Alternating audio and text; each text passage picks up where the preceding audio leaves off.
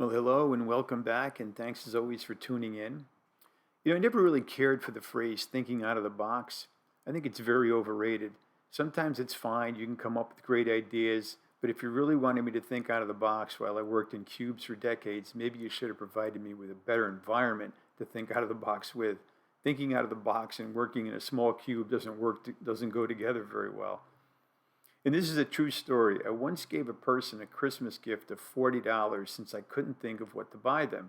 And this actually happened.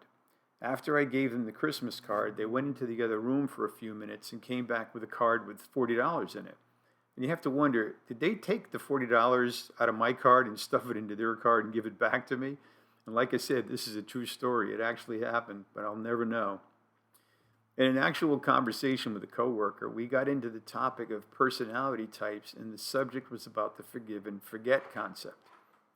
Whether you would forgive but not forget, and the opposite of that. I told him that I was a forgive but not forget type, while he was the opposite. He would forget it but would not forgive them. He told me that he didn't seem like the type of person that was a forgive but not forget type. And I told him that if someone ever went out of their way to screw me, I could forgive them, but I would not forget it, to reinforce my belief. So he asked me, whoever went out of their way to screw me, and I told him, I don't know, I forget. Our neighbors are an older couple that play golf fairly often, and they occasionally practice their swing with some golf balls across the street. And one day I found a couple of golf balls in our front yard, and I returned them to them one afternoon. And they asked me where I had found them, and I told them we found them on the living room floor right next to the broken glass. And by the way, I'm not a golfer. You'll never see me on a golf course. It's incredibly boring, and golf courses are a waste of land and water. While being raised as a Catholic, I occasionally go to church with my wife, and I've noticed that many of the folks in our church are walking with walkers and canes, and many others need assistance to get to the pews.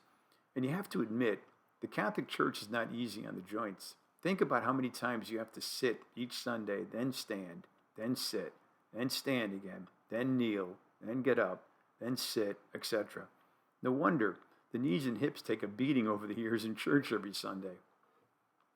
And years ago, I picked up a prescription from our local pharmacy and read the side effects from the medication as it follows: swelling of feet and legs, unusual weight gain, black tarry stools, vomiting material that looks like coffee grounds, severe nausea or vomiting, changes in menstrual periods, headaches, muscle weakness, and prolonged sore throat or fever.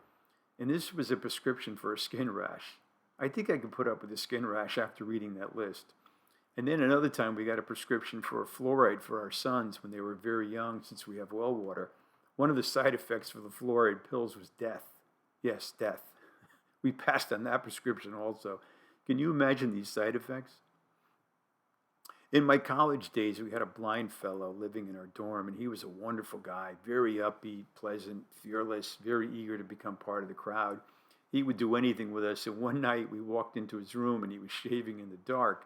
We walked in, and we asked him, said, Kenny, what are you doing shaving in the dark? And we turned the lights on. He was laughing, informed us, said, guys, I shave in the dark all the time. I'm always in the dark. I will end up saving a lot of money on electricity in my future. Lights on or off, it doesn't make any difference to me. In another episode, he asked us what he looked like and if he was handsome, and I hesitated and told him, I said, Kenny, there's a reason that you're blind. You're pretty ugly, and God thought it would be easier for you not to see what you look like. He knew we were kidding, and fortunately, he had a wonderful sense of humor, though I kind of crossed the line of decency with that comment, but those are the college days, and he knew me pretty well by then. And he would have suffered so much more than he would with me anyways. And I usually helped him with meals in the cafeteria while I lived on campus for 1 year or so. We got very close. We stayed in touch for a while, but a year or so after our college days, I lost track of him with his various travels, since he was an orphan also, and have been unsuccessful in trying to contact him over the years.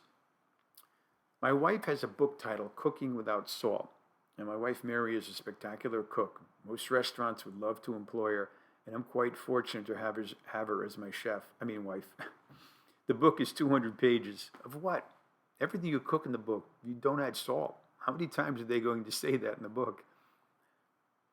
When I turned 45, 22 years ago, I got 2 birthday cards, true story, and one of them was from my HMO reminding me to get a physical. The difference between adults and children is that adults can't play anymore or can't play as often as they would prefer to. And what's more fun than watching children play? I can't think of a much more joyful thing than that. I love watching children watch a children's movie or any movie that they find interesting for that matter. Their attentiveness to the movie is much more refined than an adult's attention span. I wrote this in December of 1998 when my kids were 5 and 6, and I remember loving the idea of writing this. You don't forget those days.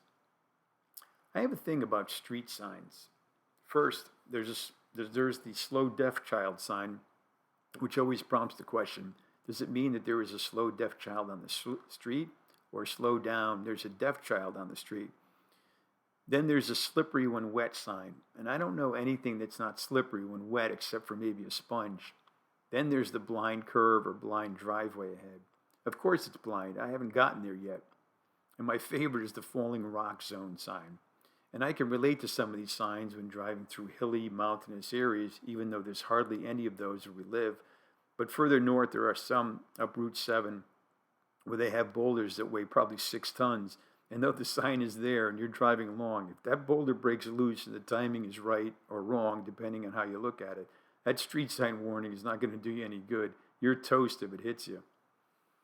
And have you ever thought that when you go into a public bathroom to wash your hands, you're probably contracting more germs from the bathroom than you did before you walked in there, especially with some of the public bathrooms I've seen. And I'm going to stop here and we will see you soon. Thanks.